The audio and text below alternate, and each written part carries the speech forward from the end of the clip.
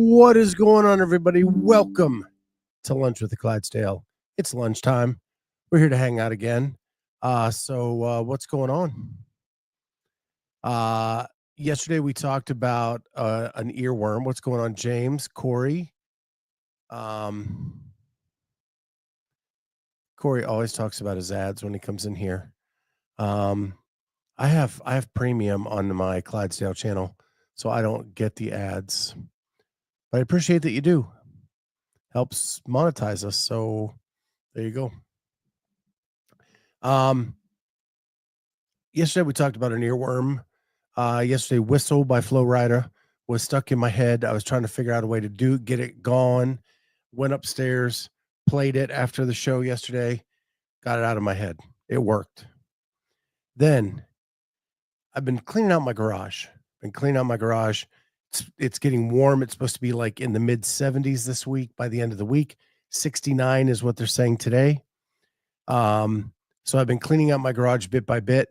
We have a big garbage can that we have to put out at the curb every week.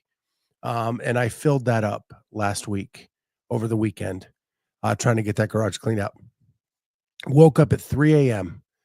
in a panic because the garbage pickup was this morning, and I forgot to put the garbage out.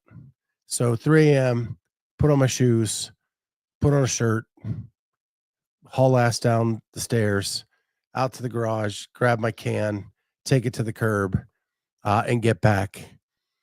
And then, for some reason, the song Unwritten by Natasha Bedingfield gets stuck in my head for the remainder of the night and through the morning. So now I got to flush that one out of my head, and I have no idea why. Neither one of these songs are things that I listen to on a regular basis. Why they're getting stuck in my head, but apparently my story is still unwritten after what happened last night. But anyway, got the garbage out. Garbage did pick it up today. I have an empty can. Did a little bit more on my morning break today. Went out and got rid of some stuff out of my garage. Put out my Adirondack chairs on the front porch. So yeah, we're getting ready for some warmer weather here in Ohio. Cannot wait for that. Julian Eiford says the Bears offensive line got a lot better. It sure did. The one thing we lacked completely last year was an offensive line. I know people say that Caleb Williams held onto the ball too long, but part of that is people were in his face so fast, he had to scramble, and then his athleticism made the plays go on and on. Now, that didn't happen on every play. I know that there's still development there for him, but the rush was coming up the middle so fast. And in the last week, 2 new guards, a brand new center, all vast improvements over what was there last year. When you get an all-pro guard in Joe Tooney and someone that Ben Johnson has worked with in the past, like Joshua Jackson, and then you get Drew, the Falcon center yesterday, a vast improvement over what we had there. Actually a veteran, a pro who knows how to call protections. So happy. And then getting Grady Jackson yesterday was a huge surprise. We've been looking for a 3 technique on the defense forever. So yeah, trenches are getting stronger in Chicago. Maybe someone's actually building that team in a way that makes sense and will lead to longer term success than what we've seen in the past. I don't know if you guys are members of the Savon channel or are fans of behind the scenes. Just got the notification. Part 3 has just released. And I know they're only up for a few hours. So letting you guys know that just came across 4 minutes ago that behind the scenes volume 3 has been released. So I'm going to have to check that out right after my 1 o'clock meeting. So I don't miss that before it's pulled. So 25.2 is, well, let's talk about this. We're talking about YouTube. Let's talk about the big drama story of the morning. Yesterday, it was announced that the World Fitness Project was going to start putting out a series of athlete profile videos, starting with Jeff Adler. It was released last night. I saw it in my queue as I was getting ready for bed, and I thought this is going to be more visual than audio. So I'm going to wait till tomorrow morning to watch it, where I can kind of watch it, soak it in, see what they have going on. And it's funny because Carolyn actually texted me that they were bringing this out. So then I looked for it and we were talking. She's really excited about the athlete profile. It's being done by the Buttery Bros and a team that they've put together. My only worry is that the Buttery Bros production is the same thing over and over again. And not that it's bad. They're really good at what they do, but man, I'm looking for something new, something creative, um, something different that we haven't seen before. And Sarah actually jumps in here and kind of echoes what actually happened. She watched the Adler one, nothing exciting, all the same stuff as we've seen in other Buttery Bro videos, lots of product placement for Podium too. See, that's a shame. Like, I want athlete profiles, but I want something deeper, something that I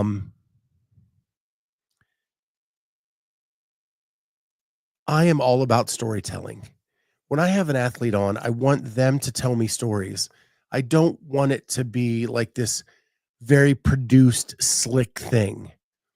And I guess that's what I'm looking for when it comes to these athlete profiles. I want something more authentic, something, and I know we overuse the term authentic, but I want it to be real. I want it to be something more. TR says it was a deeper Adler profile, nothing like the Buttery Bros. Some other contributors made most of the footage.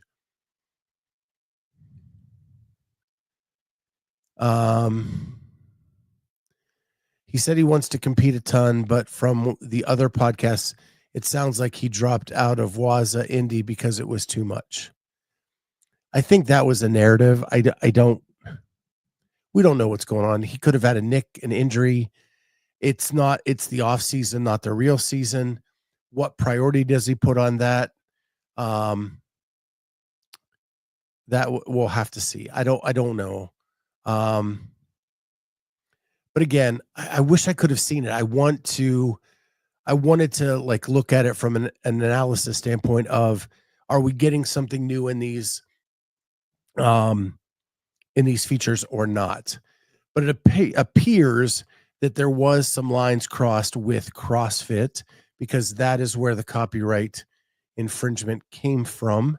And this is posted from Andrew Hiller's Instagram, where someone tried to watch the video. The video is no longer available due to a copyright claim by CrossFit LLC. So I don't know what, again, I did not get to see it. I put it off last night, not knowing it was going to be pulled. And so I don't know. Sarah's saying that there were definitely a lot of clips from CrossFit, but it could have been Buttery Bros footage too. When you sign a media agreement with CrossFit LLC, if you are using more than X number of seconds, and it's very descriptive. It's like you can't, no piece can be longer than 30 seconds. No overall usage of that footage can be longer than 2 minutes, I think, 2 or 3 minutes. If they did more than that, even if they took the footage themselves, they would have to get permission from CrossFit LLC to use that footage. We have to sign that media agreement every year at the games. Every year when CrossFit was running the semifinals, we had to sign those agreements. And you get the same thing if you go to Rogue, you get the same thing if you go to Wadapalooza. There are very strict standards as to what you can use and what you cannot use for commercial use. And I would claim that this is commercial use. You are promoting something other than CrossFit with the footage, And I am sure that if there was a lot, as Julian echoes as well, I watched it last night, a lot of CrossFit Games footage. I'm assuming that because of that, CrossFit did have the right, based on that media agreement that they signed, that they probably used more than was allowed without their written permission.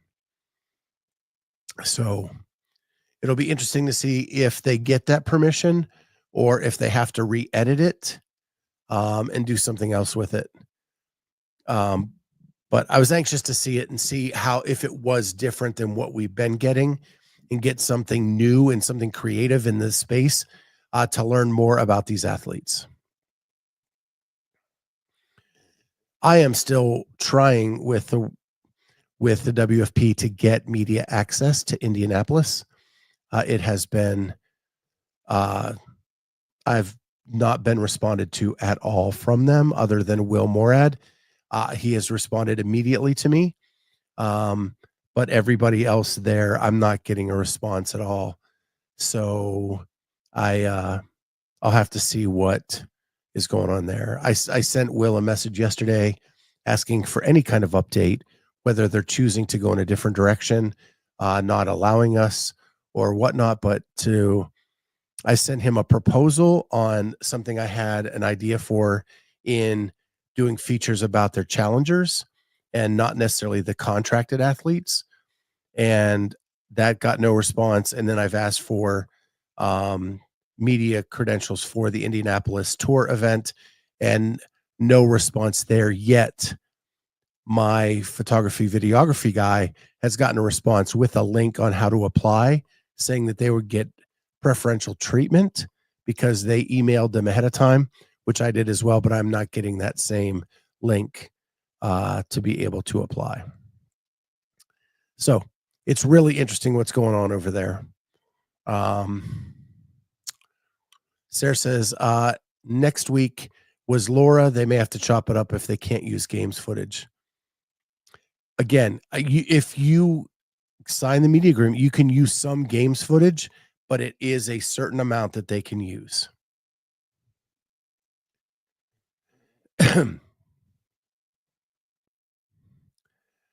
They just posted that media passes are available from Thursday.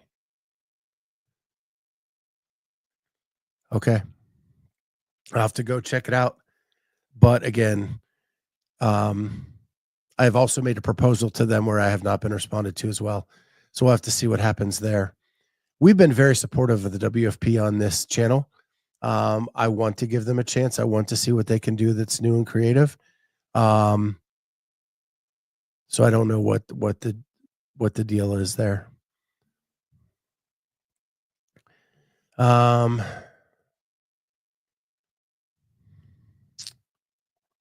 So let's see what else we got here. We got the leaderboard is final. Well, not final, but final. For 25.2 and no big surprises. On the men's leaderboard, I was looking at this before we went live. Colton Mertens wins 25.2 and is in the lead overall. These are the overall standings after 25.2. So you have Colton on top, Colin Bossard, Jeff Adler, Austin Hatfield, Dallin Pepper, Cale Lehman, somebody new to the mix, Andre Fedotov, Jason Hopper, Ricky Garrard, Justin Medeiros, Jay Crouch. So I've already read Dallin, Jason, Justin. I think that our guy James Sprague is really going to get punished a lot in this open punishment thing. So we'll see there. Some other notable names: Bailey Martin, Roman Krennikov, George Sterner making a comeback from the teen division. Sam Cornwallis, Sestoval, Trayvon Benton. We have been following as a semifinal athlete for years. Awesome to see him up here at 26. Peter Ellis, Caden Hogan, another teen, 19 years old, sitting in 28th place. Ben Fowler, James Sprague at 32nd. Joshua Hong, Harry Lightfoot, Phil Muscarella, Enrico Zanoni, Scott Panchek, the old man at 46th. Look at that. Knees must be feeling good this year. Ty Jenkins and William Leahy, the fourth, is sitting in 50th. That's the top 50 for your men. And on the women's side, we have Miriam von Rohr, Fee Sagafi killing it this year. Our very own Carolyn Prevost sitting in fourth place going into the final event. How about that? So awesome to get to hang out with her every Sunday night and get to chat with her throughout the week. Lucy Campbell, Danielle Brandon, Marissa Flowers, another favorite of mine, Andrea Solberg, Kristen Holta,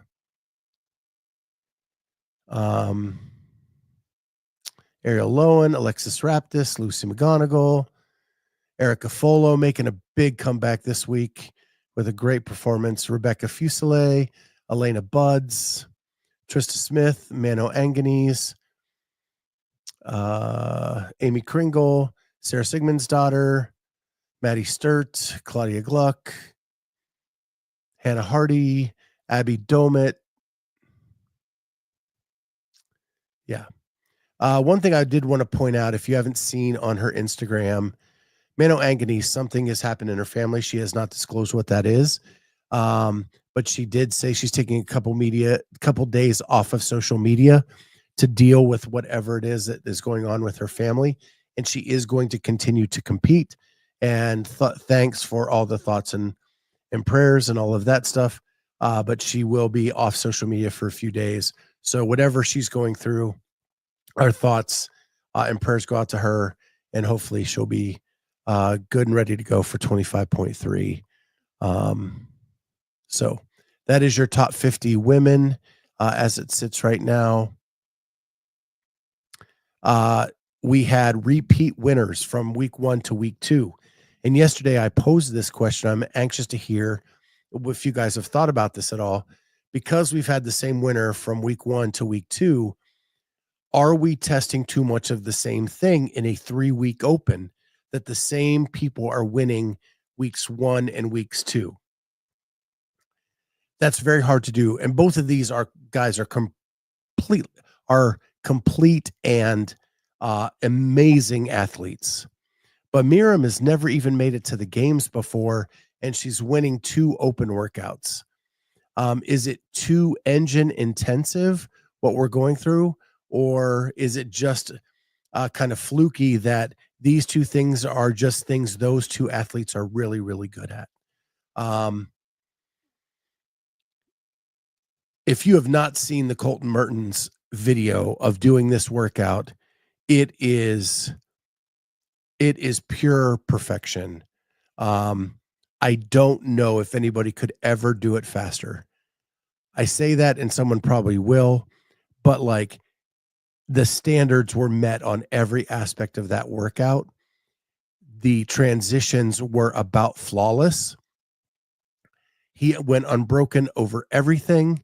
He even like squatted the first thruster in a way that made it such a small movement. I do not know if anybody could do it faster. 401 is completely insane. And watching the video, I could not find anything to nitpick about on the movement standard at all. Like, it was perfect. I just don't know what to say. Like, it was beautiful to watch. It gave me chills watching it because it could not be done any better. And if you haven't seen it, please go check it out. It's only 4 minutes and 1 second, so it shouldn't take you long to get through it. Corey says Colton's video was absurd to watch. Absurd in such a good way, though. He just was incredible. What he did there. The depth on the squats was perfect. Everything was at full extension. His movement on the barbell or on on the rig was amazing. He didn't even like slow down transition to the rig after the thrusters. It was chef's kiss. Chef's kiss. It was so freaking good. So yeah, go check that out if you have 4 minutes to waste this afternoon. I did want to talk quickly about Dave's Week in Review. If you have not seen the Week in Review, one of the he opens up by talking about the leaks. And what he says is that there was a lot of talk about the leaks for 25.2 and it was pretty rampant, but my clue was pretty easy and people could figure it out from the clue that I gave with that workout.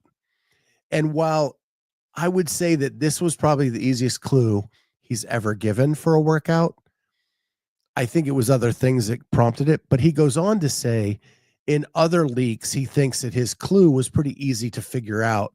And that's why people have been guessing what the workout is. Other than this week's clue, I don't think any clue he has given anybody any idea what the actual workout was. And he's never really explained what the clues are for us to even get a read on what his mindset is going into these clues. If you have ever figured out a Dave Castro clue for a workout, you are a Mensa candidate that is well above my brain capacity, because I have never, ever been able to figure out the connection from the clue. Even knowing the workout afterwards, I still cannot make the connection from the clue to the workout. So in my opinion, him saying that people figure out what the workouts are, they're not really leaks, they're figuring them out from the clues that he gives, is a bit preposterous. Now, I hate the leaks. I want them to stop. I wish they would stop. However, Sarah says the chicken wing last year connecting to muscle ups wasn't too bad. Okay. Last year was the only year I didn't do the open, be due to being in the hospital. So I didn't follow the clues as much last year. So maybe he's just, as he ages, the clues are getting easier. But my God, some of those clues, and even Justin Medeiros talks about it on the Boys Unlimited podcast, where he went back to, he was going to do a show where he connected the clues to the workouts, and he only could make the connection on one of them. And he said the video just became a waste of time, and he probably should have thought about it more before he did it. But that's how I feel. But again, with the leaks, he said that he's already been sent some versions of what people are saying is the leak this week. He would not confirm nor deny that is a leak. And he said, but whatever the workout was that we came up with back in February is going to be the workout that is still released. He's not changing anything. And either you'll find out you're right or you're wrong this week. To me, that tells me that he thinks we're all wrong, but who knows? What I think CrossFit should do is truly have like 1 or 2 decoy workouts that they're working on and a real workout. And then when the leaks go out, there's more than one leak. One, that will then tell you who the leaks are as to what workout they bring back to you. And 2, it just causes confusion because now you have more movements you have to worry about, more things you have to worry about, and which one is real. And then at some point, people will be like, screw it, we can't figure it out. So maybe lean into the leaks, create a couple dummy workouts that you tell a few people are the real thing. And then it leaks out in different ways.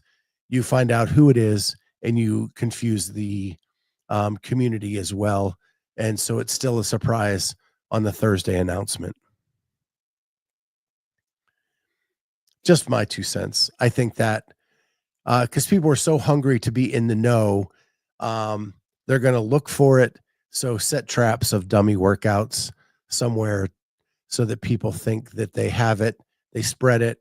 It's the wrong information. People prepare for the wrong thing because they're trying to get one up on it on people. And then you release the real workout on Thursday, and all is well in the world.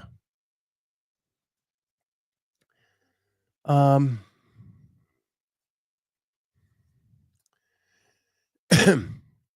Andrew says that would be a good idea. Do the graphics and everything for 3 different workouts and then use the work for the real one. Not sure how tough that would be on the media team. Yeah. I think that's what you do. You have 3 graphics ready to go. One of them's it's the shell game, right? Is it workout number 1, workout number 2, workout number 3? And then one of them gets released on Thursday, and there you go.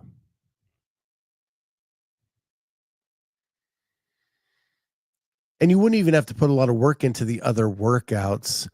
You just have to find some good ones that are just sitting like it, I mean, there's workouts everywhere on the internet, right? You just grab a couple, make the graphics up for them, have a couple people test some movements from them, things like that. I think that's a good idea, and with Andrew's help, it becomes a brilliant idea.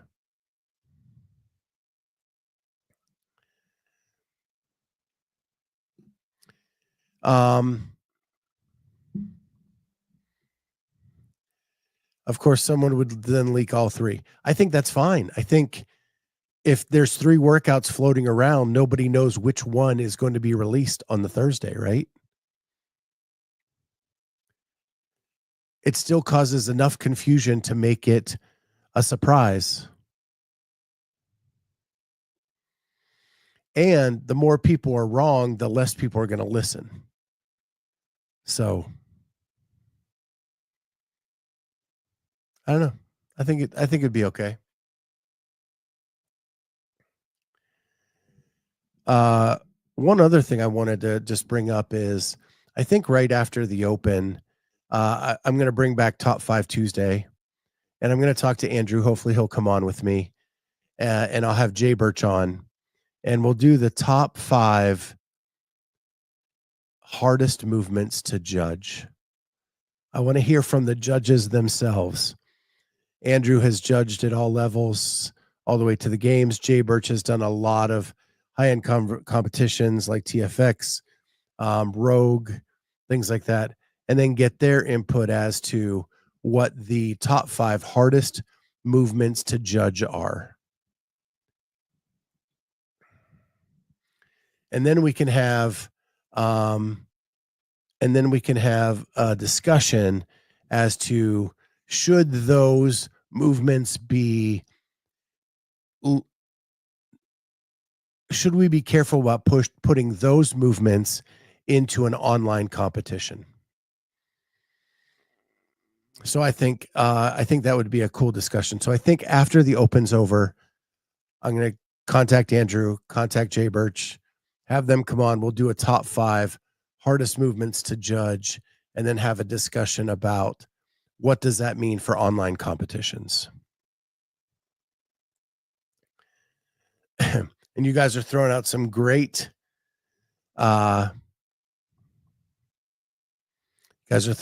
suggestions. And Andrew, we could do one of each. We could do a top 5 in person, a top 5 online.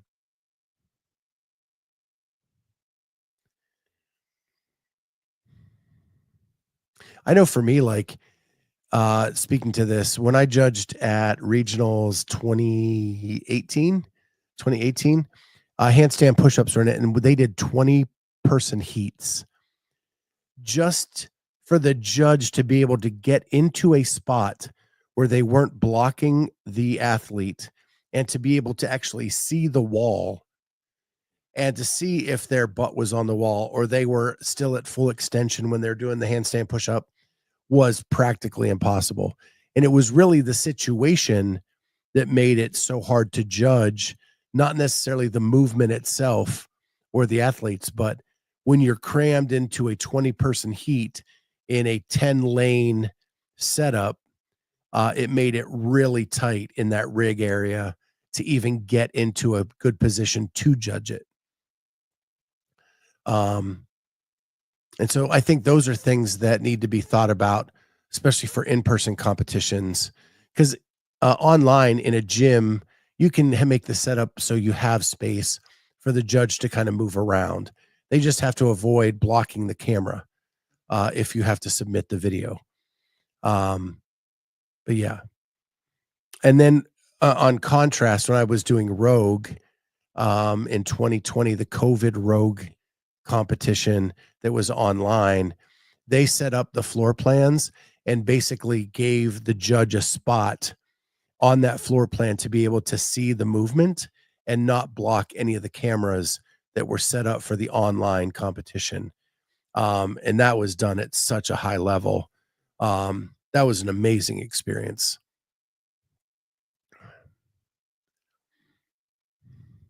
So, but I think it'd be a pretty cool discussion, and we'll bring that back right after the open, and start doing that and do some fun top 5 Tuesdays moving forward. So, I have again today. I have a 1:00 meeting with my team, so I'm going to cut this one short today. So, thank you guys for being here. Get back to work, you hooligans. Lunch break's over. We will see you next time on Lunch with Clydesdale. Bye, guys.